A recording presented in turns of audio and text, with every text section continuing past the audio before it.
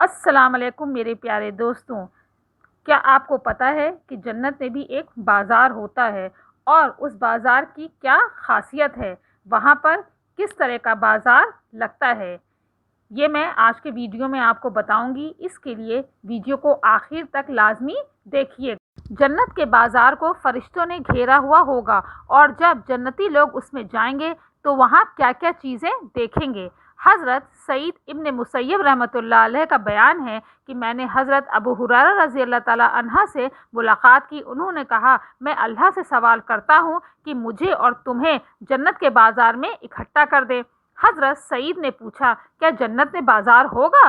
حضرت ابو ہریرہ رضی اللہ تعالیٰ عنہ نے فرمایا، ہاں، رسول اللہ صلی اللہ علیہ وسلم نے مجھے بتایا ہے کہ بلا شبہ اہل جنت جب جنت میں داخل ہوں گے تو اپنے اعمال کے مطابق درجات اور منزل میں اتریں گے۔ اس کے بعد دنیا کے دنوں سے جمعے کے دن کی باقدر ان کو اجازت دی جائے گی کہ وہ اپنے رب کی زیارت کریں۔ بس وہ اپنے پروردگار کی زیارت کریں گے۔ اس وقت اللہ تعالیٰ اپنے عرش کو ظاہر فرما دیں گے اور اپنا دیدار کرانے کے لیے جنت کے ایک بڑے باغ میں ظاہر ہوں گے۔ جو دیدار الہی کے لیے جمع ہوں گے ان کے لیے نور کے، موتیوں کے اور یاقوت کے اور سونے کے اور چاندی کے ممبر بچھائے جائیں گے اور حسب مراد جنتی ان پر بیٹھیں گے۔ حضرت ابو ہریرہ رضی اللہ تعالیٰ عنہ نے عرض کیا، یا رسول اللہ، کیا ہم اپنے پروردگار کو دیکھیں گے؟ فرمایا، ہاں، کیا سورج اور چودھویں کے رات کے چاند کو دیکھنے میں کوئی شبہ رکھتے ہو؟ ہم نے عرض کیا، نہیں۔ فرمایا، اسی طرح تم اپنے پروردگار کو دیکھنے میں بھی کوئی شک نہ کرو، اور اس مجلس میں کوئی ایسا شخص باقی نہ رہے گا جس سے سامنے ہو کر اللہ تعالیٰ کی گفتگو نہ ہوئی ہو، یہاں تک کہ حاضرین میں سے بعض کو مخاطب کر کے اللہ تعالیٰ فرمائیں گے، اے فلاں کے فلاں بیٹے، کیا تجھے یاد ہے فلاں دن تو نے ایسا ایسا کہا تھا؟ اس طرح اللہ تعالیٰ اس کی بات یاد دلائیں گے جو اس نے دنیا میں کی تھی۔ وہ شخص عرض کرے گا، اے پروردگار، کیا آپ نے مجھے بخش نہیں دیا؟ اللہ تعالیٰ فرمائیں گے، ہاں، میں نے بخش دیا، اور میری بخش ہی کی وجہ سے آج تو اس مرتبے کو پہنچا ہے۔